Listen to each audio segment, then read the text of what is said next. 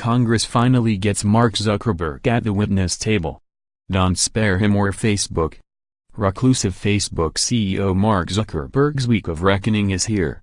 He'll finally face questions from Congress about his company's negligence in allowing Cambridge Analytica to filch personal data on as many as 87 million Facebook subscribers without their assent, and use the information to boost the electoral fortunes of Donald Trump in the 2016 presidential election.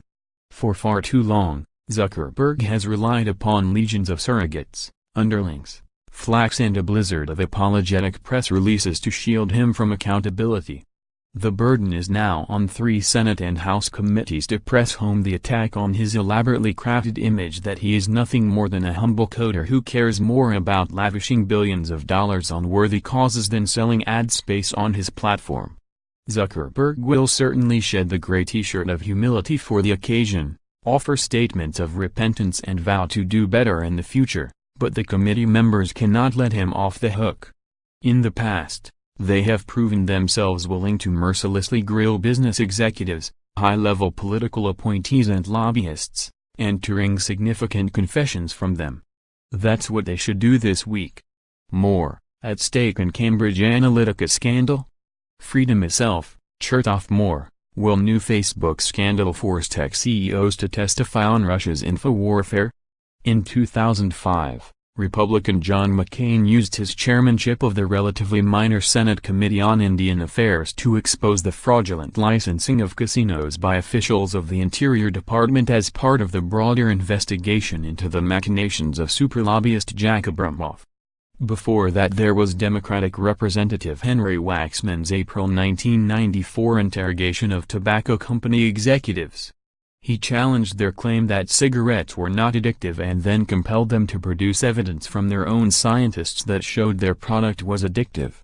If the committee members do their homework and are effectively staffed, they may reveal problems with Facebook that have yet to surface, or even illuminate broader issues of privacy and manipulation across the tech industry.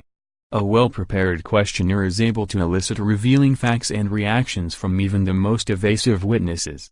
In December of last year, for example, Sen.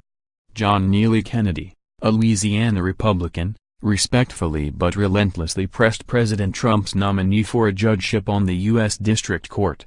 His questions revealed that the candidate was not only lacking in any judicial experience but was unable to answer questions that could have been tackled by most third-year law students. The nomination was subsequently withdrawn. There may be a temptation on the part of some members to be gentle with the hermit of Menlo Park because of his philanthropy and shy boyish manner.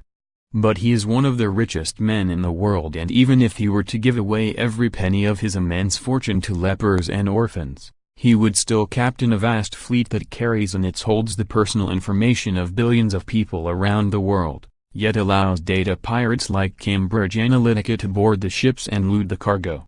More. If Mark Zuckerberg wants forgiveness, he's going to need to come clean first. Policing the USA, a look at race, justice, media. I am not urging the committee members to be brutal or disrespectful to the self-effacing young mogul, but they must extract from him concrete and significant pledges to rid his hugely lucrative platform of the scamming, trolling and deception with which it has been infested. For too long Facebook executives have sought to shield their boss from congressional testimony and the attendant scrutiny by the media. Members of Congress has been remarkably deferential to Zuckerberg's aversion to making no public statements other than occasional inspirational messages on his own terms about the essential benevolence of Facebook's mission. Now they must press him to consider changing the entire business model of the site from one driven almost solely by advertising revenues. And, above all, they must be prepared to hold over his head the possibility of stringent regulation. Congress does little enough legislatively that it should not be deficient in investigative vigor. The power to probe lies at the very heart of Congress's responsibilities. The leaders of the committees have waited long enough for Mark Zuckerberg to consent to testify, and it would be a squandered opportunity if they did not pursue their inquest aggressively. Ross K. Baker is a distinguished professor of political science at Rutgers University and a member of USA Today's Board of Contributors. Follow him on Twitter, @RossBake1.